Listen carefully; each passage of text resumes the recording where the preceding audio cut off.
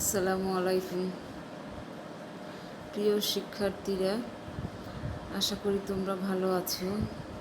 আজকে তোমাদের সাথে অর্গানাইজেশনাল বিহেভিয়ার এই কোর্সে আমরা সিলেকশন অফ হিউম্যান রিসোর্স অর্থাৎ মানব সম্পদ নির্বাচন এই চ্যাপ্টার নিয়ে আলোচনা করব। তোমাদের সিলেবাসে এটা 8ম চ্যাপ্টার। তো এখানে আগে আমরা দেখব যে মানব সম্পদ পরিকল্পনা কি, তারপরে মানব সম্পদ পরিকল্পনার উদ্দেশ্য, মানব সম্পদ পরিকল্পনার গুরুত্ব, মানব সম্পদ পরিকল্পনার পদক্ষেপসমূহ কী কী, এরপরে কর্মী সংস্থান বা স্টাফিং নিয়ে আমরা আলোচনা করব।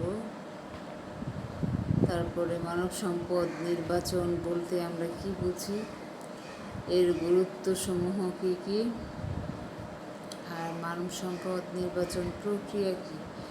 এছাড়াও কিছু টপিকস আছে যেটা আমরা আগামী ক্লাসে ইনশাল্লাহ করব। তো মানব সম্পদ পরিকল্পনা বলতে আমরা বুঝি যে একটা প্রতিষ্ঠানের মানব সম্পদ নিয়ে ভবিষ্যতে কি করা হবে তার আগাম পরিকল্পনা করা। তার মানে প্রতিষ্ঠানে যে হিউম্যান রিসোর্স আছে, সেই হিউম্যান রিসোর্সের কেমন চাহিদা আছে বা যোগান কেমন আছে, কিংবা এদের ব্যবহার কিভাবে হবে, সেটা নিয়েই মানব সম্পদ পরিকল্পনা আলোচনা করা হয়। তার মানে ভবিষ্যতে মানব সম্পদ নিয়ে কি করা হবে তার পরিকল্পনাই হলো মানব সম্পদ পরিকল্পনা। আমরা একজন মনীষীর কথা জানি যে এসপি রবিন্স নামে। উনি বলেছেন যে মানব সম্পদ পরিকল্পনা একটি প্রক্রিয়া যার মাধ্যমে প্রতিষ্ঠানের সামগ্রিক উদ্দেশ্য ও দক্ষতা ফলপ্রসূভাবে অর্জনের জন্য যথাসংখ্যক ও যথাযোগ্য কর্মীদের যথাসময়ে যথাস্থানে স্থাপনের নিশ্চয়তা দেওয়া হয়। তার মানে আমরা দেখতে পাচ্ছি যে মানব সম্পদ পরিকল্পনা হলো একটি প্রক্রিয়া যার মাধ্যমে প্রতিষ্ঠানের সামগ্রিক উদ্দেশ্য ও দক্ষতা ফলপ্রসূভাবে অর্জনের জন্য যথাসংখ্যক ও যথাযোগ্য কর্মীকে যথাস্থানে যথাসময়ে স্থাপনের নিশ্চয়তা দেওয়া হয়। আমরা যদি প্রতিষ্ঠানের করতে চাই, উন্নতি করতে চাই বা প্রতিষ্ঠানের লক্ষ্য ও উদ্দেশ্য অর্জন করতে চাই, তাহলে আমাদের একটা প্ল্যানিং থাকতে হবে যে যাদের মাধ্যমে আমরা প্রতিষ্ঠানের উদ্দেশ্য অর্জন করব, তার মানে কর্মী, সেই কর্মীদের কী পরিমাণ সংখ্যা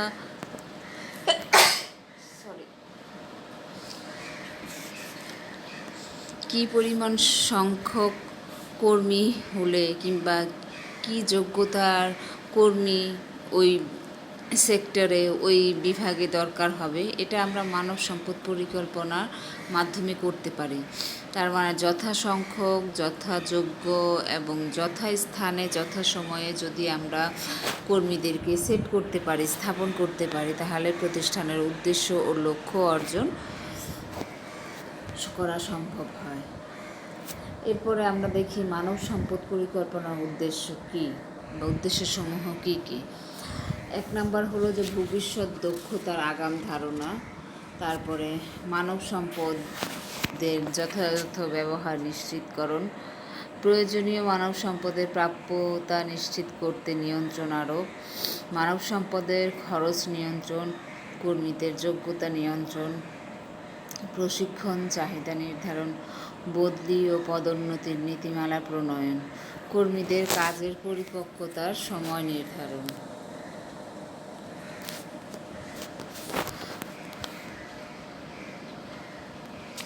ভবিষ্যৎ দক্ষতার আগাম ধারণা, যে পরিবর্তিত ব্যবসায়িক পরিস্থিতিতে নতুন ধরনের দক্ষতা সম্পন্ন কর্মী দলের প্রয়োজন হয়।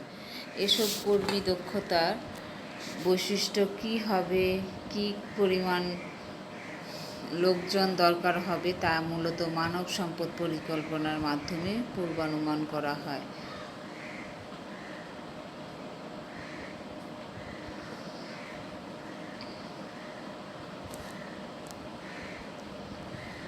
তারপরে হলো মানব সম্পদের যথাযথ ব্যবহার নিশ্চিতকরণ।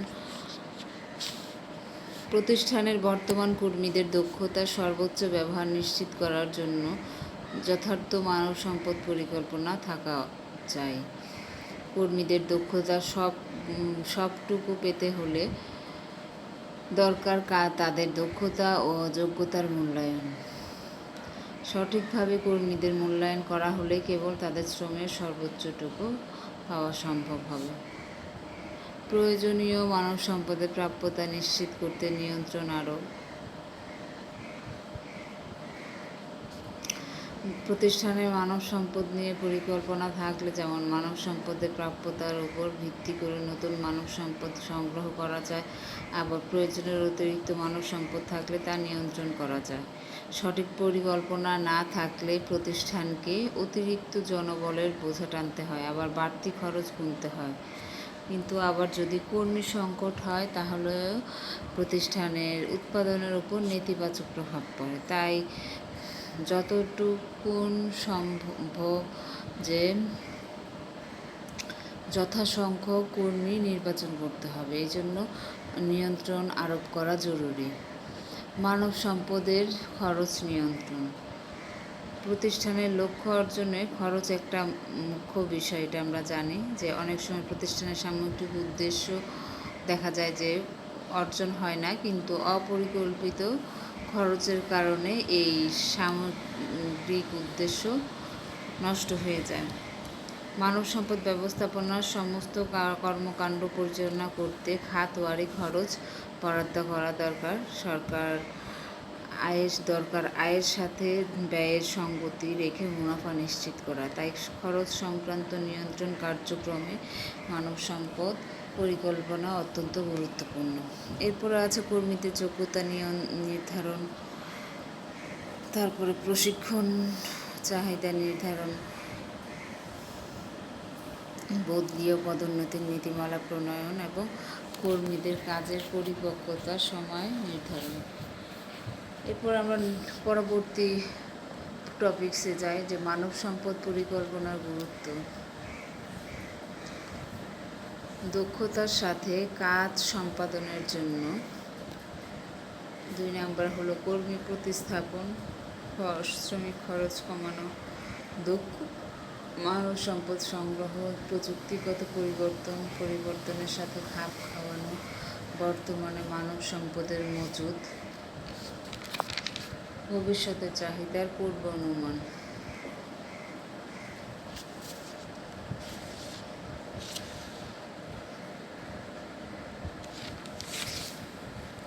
মানব সম্পদ পরিকল্পনার গুরুত্ব আমরা দেখলাম।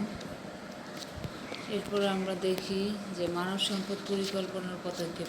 এই পয়েন্টসগুলো একই আসলে, যে যথাস্থানে তোমার কর্মী প্রতিস্থাপন করতে হবে, তারপরে শ্রমিক খরচ কমানো। তুমি যদি নির্দিষ্ট জায়গায় নির্দিষ্ট সংখ্যক বা যথাসংখ্যক কর্মী স্থাপন করতে পারো তাহলে তোমার শ্রমিক খরচ কমবে। এগুলো তোমরা লিখতে পারবে। তাই আমরা পরবর্তী টপিকসে যাই।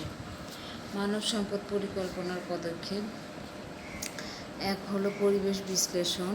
এখানে মানব সম্পদ পরিকল্পনার প্রেক্ষাপট জানা এবং প্রতিষ্ঠানের অভ্যন্তরীণ ও বাহ্যিক পরিবেশ সম্পর্কে জানা। তারপরে হলো মানব সম্পদের চাহিদার পূর্বানুমান। প্রতিষ্ঠানের চাহিদা অনুসারে কর্মী সংখ্যা ও তাদের যোগ্যতা নির্ধারণ করতে হবে।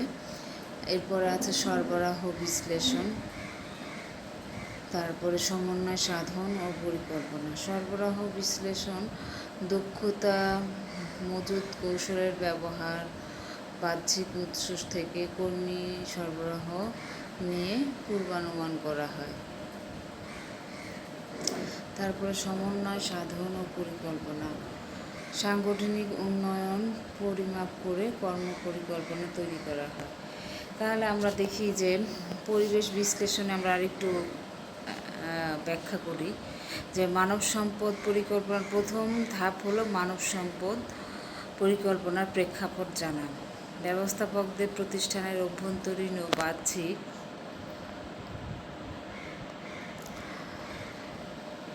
ব্যবস্থাপকদের প্রতিষ্ঠানের অভ্যন্তরীণ ও বাহ্যিক পরিবেশের সম্পর্কে ধারণা থাকতে হবে।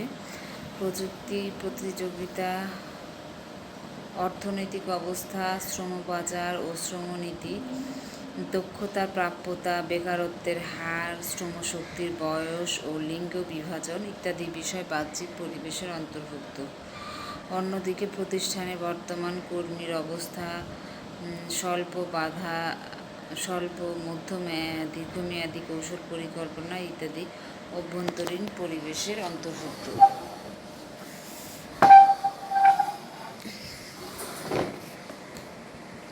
মানব সম্পদের চাহিদা পূর্বানুমান।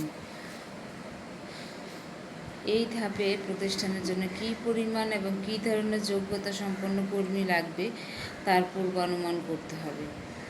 পূর্বানুমান হওয়া উচিত অতীত ও বর্তমান অভিজ্ঞতা অনুযায়ী এবং ভবিষ্যতের সাংগঠনিক নির্দেশনা অনুযায়ী। প্রতিষ্ঠানের বিভিন্ন বিভাগের মানব সম্পদের চাহিদা অনুযায়ী পুরো প্রতিষ্ঠানের মানব সম্পদের চাহিদা পূর্বানুমান করা হয়। এরপর আসি আমরা যে সরবরাহ বিশ্লেষণ। প্রতিষ্ঠানের অভ্যন্তরীণ ও বাহ্যিক উভয় উৎস থেকেই কর্মী সংগ্রহ করা হয়। অভ্যন্তরীণ কর্মী সরবরাহকে নিয়ন্ত্রণে রাখাকে দক্ষতা মজুত কৌশল বলা হয়। এই পদ্ধতিতে নথিপত্রে বা কম্পিউটারে কর্মীদের দক্ষতা, শিক্ষা, অভিজ্ঞতা সংগ্রহ করা হয়।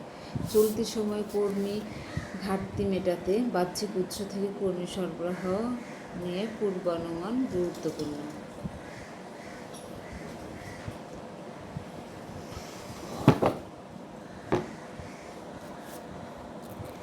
সমন্বয় সাধন ও পরিকল্পনা। মানব সম্পদ পরিকল্পনার সর্বশেষ ধাপ হল প্রাপ্ত তথ্য ও বিশ্লেষণ এবং বিকল্প অনুসারে কর্মপরিকল্পনা তৈরি করা। তার মানে আমাদের একটা অ্যাকশন প্ল্যান তৈরি করা।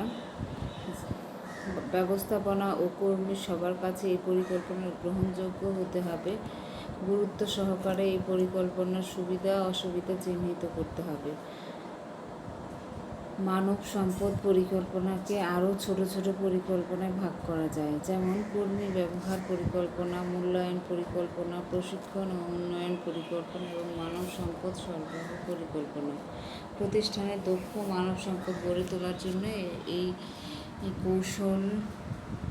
এটি একটি কৌশলগত পদক্ষেপ।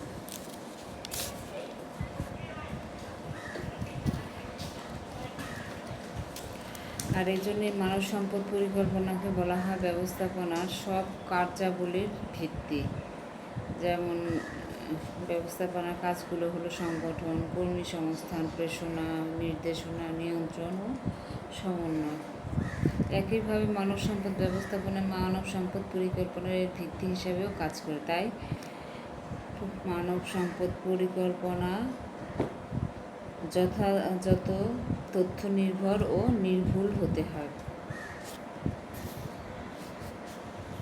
এরপরে আমরা দেখি কর্মী সংস্থান বলতে কি বুঝি। এটা তোমরা ফার্স্ট ইয়ারে পড়েছো ব্যবস্থাপনা, যে কর্মী সংস্থান হলো একটা প্রতিষ্ঠানের সাথে সংশ্লিষ্ট সকল কর্মী, শ্রমিক ও কর্মকর্তাদের প্রয়োজন নির্ধারণ থেকে শুরু করে তাদের নিয়োগ, প্রশিক্ষণ, উন্নয়ন, দায়িত্ব অর্পণ, পদোন্নতি ও অবসর গ্রহণ পর্যন্ত প্রতিটি পর্যায়ে কর্মীদের সংস্থানের প্রক্রিয়া জড়িত আছে।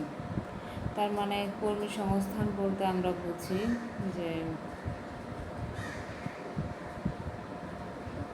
প্রতিষ্ঠানের সাথে সংশ্লিষ্ট কর্মী কর্মকর্তাদের প্রয়োজন নির্ধারণ থেকে শুরু করে তাদের নিয়োগ দেয়া, প্রশিক্ষণ দেয়া, উন্নয়ন, দায়িত্ব অর্পণ, পদোন্নতি, এমনকি অবসর গ্রহণ পর্যন্ত প্রতিটি পর্যায়ে কর্মী সংস্থান প্রক্রিয়া জড়িত আছে।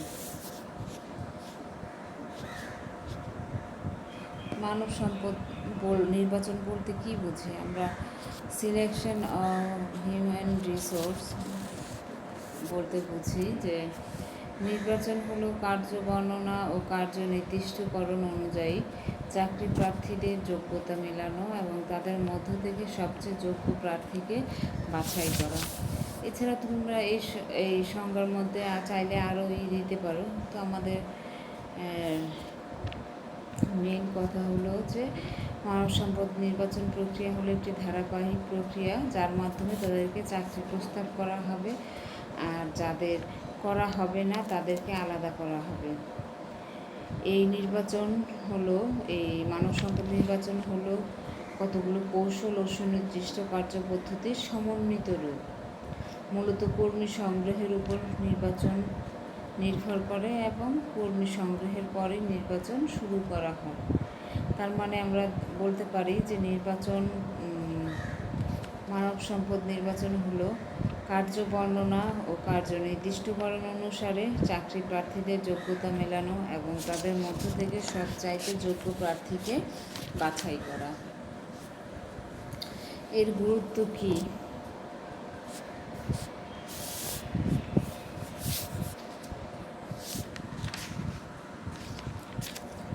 এর গুরুত্ব হলো যে সুষ্ঠু নির্বাচন প্রক্রিয়ার সাহায্যে পদ ও কাজের ভিত্তিতে মানব সম্পদ নির্বাচন করা সম্ভব। সঠিক নির্বাচন সুষ্ঠু ও নিরপেক্ষ প্রার্থী নির্বাচনে সহায়তা করে। সঠিক মানব সম্পদ আইনগত নানা প্রতিবন্ধকতা মোকাবিলা করতে সক্ষম হয়। প্রতিষ্ঠানের দক্ষ মানব সম্পদ গড়ে তোলার জন্য সুষ্ঠু নির্বাচন জরুরি। নির্বাচন কার্যক্রমের মাধ্যমে সম্পর্কিত যাবতীয় তথ্য সংগ্রহ করে যোগ্য আবেদনকারী বাছাই সহজ হয়। এরপরে শেষে আমরা বলতে পারি যে সঠিক নির্বাচনের মাধ্যমে মানব সম্পদের পদায়ন, প্রশিক্ষণ প্রভৃতি সংক্রান্ত ব্যয় হ্রাস করতে সহায়তা করে। আর এই সমস্ত কাজের জন্য আমাদের মানব সম্পদ নির্বাচন গুরুত্বপূর্ণ। আচ্ছা, আমাদের একটা গুরুত্বপূর্ণ টপিক্সের কথা বলে যে মানব সম্পদ নির্বাচন প্রক্রিয়া, এখানে কি কি আছে। এক হলো যে আবেদনপত্র গ্রহণ, বাছাই ও তালিকা প্রণয়ন। তারপরে প্রাথমিক সাক্ষাৎকার, আবেদনপত্র পূরণ, বুদ্ধিমত্তা পরীক্ষা, ঝোঁক পরীক্ষা বা অ্যাপটিটিউড টেস্ট, ব্যক্তিত্ব পরীক্ষা, রেফারেন্স পরীক্ষা, নিয়োগ পরীক্ষা, স্বাস্থ্য পরীক্ষা, চূড়ান্ত অনুমোদন ও নিয়োগ। তো এই মানব সম্পদ নির্বাচন প্রক্রিয়ার প্রথমটা হলো যে আবেদনপত্র গ্রহণ, বাছাই ও তালিকা প্রণয়ন। এটা মানব সম্পদ নির্বাচনের প্রথম ধাপ। এই ধাপে কার্য বর্ণনা অনুযায়ী প্রার্থীদের প্রাথমিক যোগ্যতা বাছাই করে সম্ভাব্য প্রার্থীদের একটা তালিকা তৈরি করা হয়। যেসব তথ্য যাচাই বাছাই করা হয় তার মধ্যে রয়েছে শিক্ষাগত যোগ্যতা, অভিজ্ঞতা এবং কাঙ্ক্ষিত বেতন। তারপরে হলো প্রাথমিক সাক্ষাৎকার। প্রাথমিক সাক্ষাৎকারে প্রার্থীদের সাথে কথা বলে তাদের দর্শন, ব্যক্তিত্ব, বয়স, চেহারা, আবেদনপত্রে উল্লেখিত তথ্যের বিষয় সম্পর্কে সামগ্রিক একটা ইতিবাচক ধারণা পাওয়ার চেষ্টা করা হয়। যাদের যোগ্যতা নিয়ে প্রাথমিকভাবে সন্দেহ প্রকাশ করা হয় তাদেরকে প্রথমেই ছেঁটে ফেলা হয়। এরপরে আসি আবেদনপত্র পূরণ বা ফিলিং অ্যাপ্লিকেশন ফর্ম। প্রাথমিক সাক্ষাৎকারে যাদেরকে নির্বাচিত করা হয় তাদের একটি আবেদন ফর্ম সংগ্রহ করা হয়। যে বিষয়গুলো প্রাথমিক আবেদনপত্রে জানা হয়নি অথবা প্রাথমিক সাক্ষাৎকারে উল্লেখ করা হয়নি তেমন কিছু তথ্য, যেমন ধর্ম, বর্ণ, গোত্র, জন্মস্থান অথবা আগের কাজের রেকর্ড ইত্যাদি সুনির্দিষ্টভাবে উল্লেখ করতে হয়। এই আবেদনপত্র বিশ্লেষণ করে সিদ্ধান্ত নেওয়া হয় প্রার্থীকে পরবর্তী ধাপে রাখা হবে না বাদ দেওয়া হবে। বুদ্ধিমত্তা পরীক্ষা। এই পরীক্ষায় একটি পরিস্থিতি সৃষ্টি করে প্রার্থীর মানসিক অবস্থা, জ্ঞানের গভীরতা, দ্রুত সিদ্ধান্ত গ্রহণের ক্ষমতা পরীক্ষা করা হয়। এই পরীক্ষায় অনুত্তীর্ণ হলে তাকে আর পরবর্তী পর্যায়ে রাখা হয় না। ঝোঁক পরীক্ষা। এই ধাপে সংশ্লিষ্ট কাজের জন্য প্রার্থীর প্রয়োজনীয় প্রবণতা বা ঝোঁক আছে কি না। অনেক সময় প্রার্থীর সব যোগ্যতা থাকা সত্ত্বেও শুধু প্রবণতার অভাবে প্রার্থীকে প্রত্যাখ্যান করা হয়। ব্যক্তিত্ব পরীক্ষা। এই ধাপে প্রার্থীর ব্যক্তিত্বের নানা উপাদান, যেমন অপরের প্রতি তার দৃষ্টিভঙ্গি, আচরণ, জ্ঞান, প্রত্যক্ষণ ক্ষমতা, পূর্বানুমান ক্ষমতা, পরিস্থিতি নিয়ন্ত্রণে আনার ক্ষমতা ইত্যাদি বিশ্লেষণ করা এবং প্রার্থী সম্পর্কে সিদ্ধান্ত নেওয়া হয়। রেফারেন্স পরীক্ষা। আবেদনপত্রে প্রার্থীর 2 বা তার অধিক পরিচিত ব্যক্তির নাম ঠিকানা উল্লেখ করা বলা হয়। রেফারেন্স পরীক্ষার প্রয়োজন রয়েছে যে কারণে তাদের মাধ্যমে কর্মীর ভবিষ্যৎ ব্যবহার এবং কর্মদক্ষতা সম্পর্কে ধারণা পাওয়া যায়। তবে অনেক সময় রেফারেন্সে উল্লেখিত ব্যক্তিবর্গ প্রার্থীর প্রতি পক্ষপাতমূলক তথ্য দিয়ে থাকেন। এই বিষয়টি নিয়ে সচেতনভাবে গ্রহণ করা উচিত। নিয়োগ সাক্ষাৎকার। যে কোনো ধরনের চূড়ান্ত নির্বাচনে এক বা একাধিক সাক্ষাৎকার গ্রহণ ছাড়া সম্ভব হয় না। প্রাথমিক আবেদনপত্র বিভিন্ন ধরনের পরীক্ষার মাধ্যমে প্রাপ্ত তথ্যের সম্ভাব্যতা যাচাই করার জন্য চূড়ান্তভাবে আবার নিয়োগ সাক্ষাৎকারের প্রয়োজন আছে। স্বাস্থ্য পরীক্ষা। পূর্বের ধাপে যেসব প্রার্থী সফলতার সাথে অতিক্রম করেছে সেই কারণে স্বাস্থ্য পরীক্ষা করা হয়। যে কারণে স্বাস্থ্য পরীক্ষা করা হয় সেগুলো হলো প্রার্থীর শারীরিক সক্ষমতা যাচাই, তার রক্তচাপ, রক্ত পরীক্ষা, দৃষ্টিশক্তি এবং প্রতিষ্ঠানে কর্মকালীন যে কোনো ইনজুরির জন্য যেহেতু ক্ষতিপূরণ আইনে ক্ষতিপূরণ দিতে হয়, তাই প্রার্থীর বর্তমান শারীরিক অসম্পূর্ণতা যাচাই করা। চূড়ান্ত অনুমোদন। প্রতিষ্ঠানের মানব সম্পদ বিভাগই সাধারণত নির্বাচন প্রক্রিয়াকে এগিয়ে নিয়ে যায়, কিন্তু এই বিভাগের চূড়ান্ত সিদ্ধান্ত হলো শুধু সুপারিশ করা। মূলত বিভাগ বা ইউনিট এক্ষেত্রে কর্মী নিয়োগ সংক্রান্ত সিদ্ধান্ত দিয়ে থাকে। এরপরই মূলত প্রার্থীকে চাকরির প্রস্তাব করা হয়। এরপরে আমরা আসি নিয়োগ।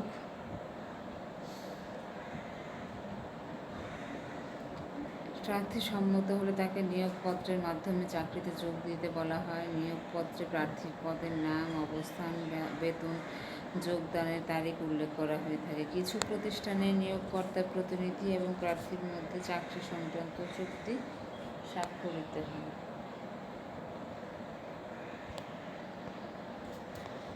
এই হলো আমাদের মানব সম্পদ নির্বাচন প্রক্রিয়া। যদিও এটি মানব সম্পদ নির্বাচন একটা জটিল ও ঝামেলাপূর্ণ কাজ, তারপরেও যেহেতু একটা প্রতিষ্ঠানে, সেটা সরকারি হোক বা বেসরকারি হোক, সব ধরনের প্রতিষ্ঠানে নিয়োগকেই পারিপার্শ্বিক চাপ অনেক সময় সঠিক নির্বাচন প্রক্রিয়ার বড় ধরনের বাধা হয়ে দাঁড়ায়।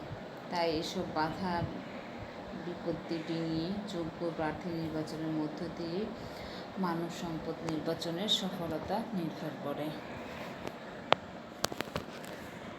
আজকে এই পর্যন্তই। নেক্সট ক্লাসে আমরা বাকিগুলো শেষ করব ইনশাআল্লাহ। আল্লাহ হাফিজ। তোমরা ভালো থাকো, স্বাস্থ্যবিধি মেনে চলো, আর আমরা সবাই আমাদের সৃষ্টিকর্তার কাছে, আল্লাহর কাছে দোয়া চাই যে আল্লাহ আমাদেরকে এই খারাপ সময় থেকে আমাদেরকে রক্ষা করুন। আমরা আবার দ্রুতই স্বাভাবিক জীবনে সবাই ফিরে যাই।